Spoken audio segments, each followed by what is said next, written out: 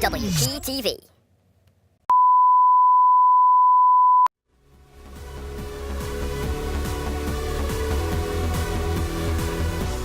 Thor Ragnarok dropped this past Thursday, and we have our panel of movie critics that went and saw it. Mary Grace, our producer Joe, and Matt Cameron. Here is their review. So hey guys, first thoughts. Mary Grace, first thoughts on the movie. Go. I thought it was okay. It wasn't as good as I thought it was going to be. I felt I was waiting a long time for the climax. I enjoyed Hela as the villain, but I thought they should have included her more. It was a lot of like Hulk and Thor, and I was just looking more for Hela. I was excited for that, and then it just wasn't what I thought.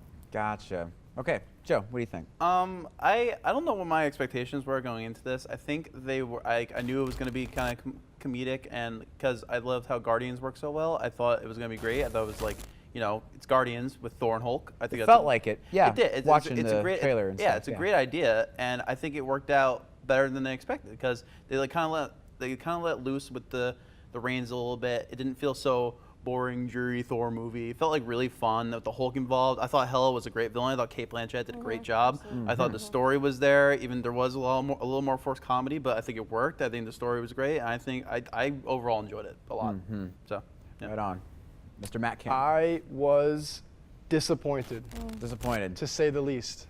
I was very excited. Really? Because we were all really excited for this. I'm getting just I a was the general most excited. feel. I was the most that it's- excited for this movie. As soon as I Yeah. saw the trailer, I was very, very excited.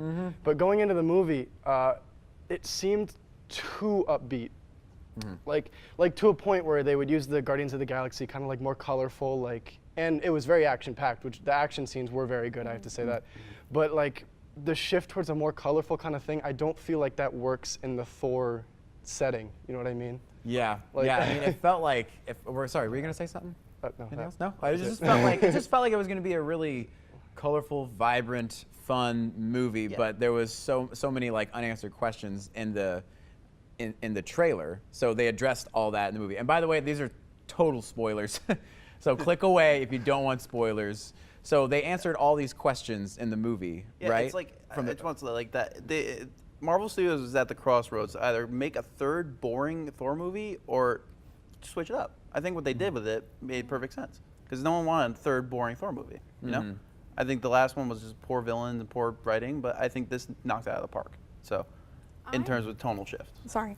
I disagree. I think that it was too comedic. It took away from the seriousness of Thor and also Hela. Like I couldn't really like switch modes, and it was a lot of like corny jokes. Like I just was like, just stop. You know, like one joke was enough, and then they just kept going and going. And I just, you know, you could definitely tell it's Disney now, which upsets me a little bit.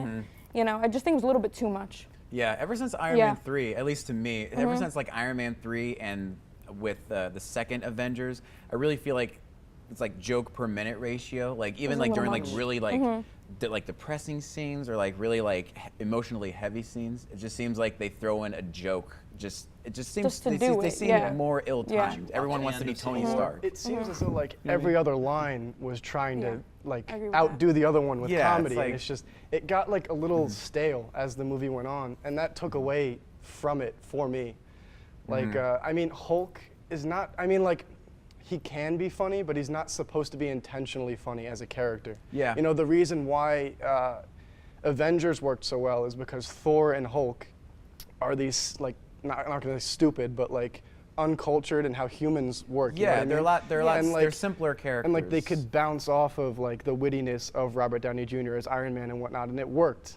Like how they would just bounce off each other and whatnot. But like in this movie, it just seems so forced. And like maybe like 1 out of 5 jokes that were said like in a certain amount of time actually landed. Yeah. Like And it wasn't even that funny. That's a problem a lot of Marvel fans have is that they keep throwing Robert Downey Jr. into these movies. Like even in Spider-Man: Homecoming, kind of as the comic relief or star power, so to speak. But like, what if they threw him into this Thor movie? Nobody would have liked it, honestly. I mean, it would have probably still been good, but nobody would have liked it. Like, oh, Iron Man's in everything. He's the only thing the MCU has to offer, so I had to put him in everything now. No, I think giving somebody else the comedic presence the snarky one, I think that benefits going forward because they'll just have to rely on Iron Man for the one-liners. That kind of ties into my next question. What do you think it means for the MCU in general? You were kind of touching on that, Joe. So what do you think it means going forward? Okay, so this movie is clearly the jumping off point for the next big third Avengers movie. Because especially the after credit scene, the first one, that clearly leads right into it. Because spoilers. What is it? Spill it. Thor and Loki are on the ship. They're flying through space after they destroy Asgard. So, and then whose ship comes rising up as a huge shadow? It's Thanos' ship. The purple guy. The big purple guy in the chair. Guy. The purple guy in the chair. His ship rises up, and you just see it, and that's the final shot, and it cuts. You're just like, oh my God, they're so screwed. So did it mention like Guardians of the Galaxy at No, all? it or didn't, but reference you them know- at all but you- besides Thanos? No, like they didn't really say anything regarding it. It's just you knew something was up. And there's Gotcha. some subtle hints that something Loki did. There's something that Loki So did. I wouldn't be surprised if this movie just led straight into Infinity War. I think that it will. Yeah. I think that will be the opening scene. I literally do. So yeah. Interesting. So with the comical shift of this movie, obviously, at least in my opinion, like it seems like Marvel movies are like Saturday morning cartoons, and then like the DC movies are like incredibly serious. Yeah. Really, do you guys feel Fair that? to say. I feel Yeah. like I feel they're DC super movies are duper more serious. serious. And whenever Yes, I I hear agree with like, that. yeah, and whenever I hear like Batman go for something witty, it's like, And Batman I'm just not- like shooting people now. It's fair to Like, say. yeah, it's insane, It's right? fair. It's fair. Yeah. No, yeah, that's a good point. I agree. Can I add something else? Go for it. You know what absolutely destroyed me? What destroyed you? They cut Thor's hair. He Oh. is so beautiful, and they Okay. did it. His They long- did it. yeah. It hurt. Oh my Yeah. God. Okay, wait. I would agree with you if it weren't for the person who cut it. That was awesome. Okay. Yes, that was Stan awesome. Lee That was the awesome. person And they called him like Stanley a was creepy the old person- If guy. anyone's gonna cut your hair, it's gonna be Stanley's Yeah, cameo exactly. was That's like okay. he pulled That's my out this barber like of choice, clippers yeah. thing that had like 3 giant spinning blades, Yeah. and Thor's like, "By Odin's spear, you will not cut the god of thunder's hair." It was really, it was And they really called him like funny. creepy old guy, right? There's some creepy Yeah, he old was guy like, cut "This my creepy hair. old guy cut my hair. And do you know that Luke Hemsworth also made a cameo? Yeah. Early in the as- movie, I was like, as the more Thor Hemsworth, the during better. play. So was Matt Damon. Oh yeah, no, I saw Matt Damon. I was Matt like, what is Damon was this? in Yes, it? Yeah, yes. in one of the opening scenes, Yeah, they're Matt reenacting It's like a the play. end of Yeah. the second one, and Matt Damon was like Loki. It was really That funny. was so. I thought was it so was random. very clever how they Very kind of clever. caught us up like that. Yeah.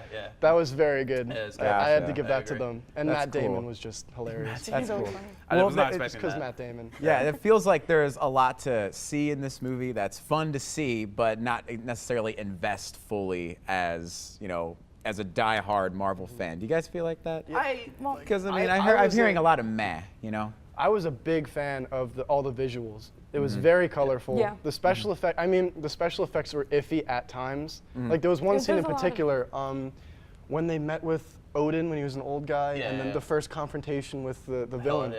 yeah. You could tell, like, because the trailer, the scene when she breaks the hammer in the trailer, you can tell it's a different scenery Yeah. from the actual movie, and like it's very apparent in the movie that they just like kind of used a green screen to like change the background. Gotcha. It So, was so, very so, bad. so worth a watch. Yeah, no. Worth a watch? If you're an avid gotta MCU, wrap it up here soon, but if you're an yeah. avid Last MCU thoughts, fan, go. see this movie. There's a lot of references to the past, and I think MCU yeah. fans will appreciate it. All right. Well, awesome. Definitely. Well, Thor Ragnarok is in theaters now, and if you like what you heard, go do something about it. But that's all the time we have. Thank you guys for tuning in, and we'll see you guys next week. Dan.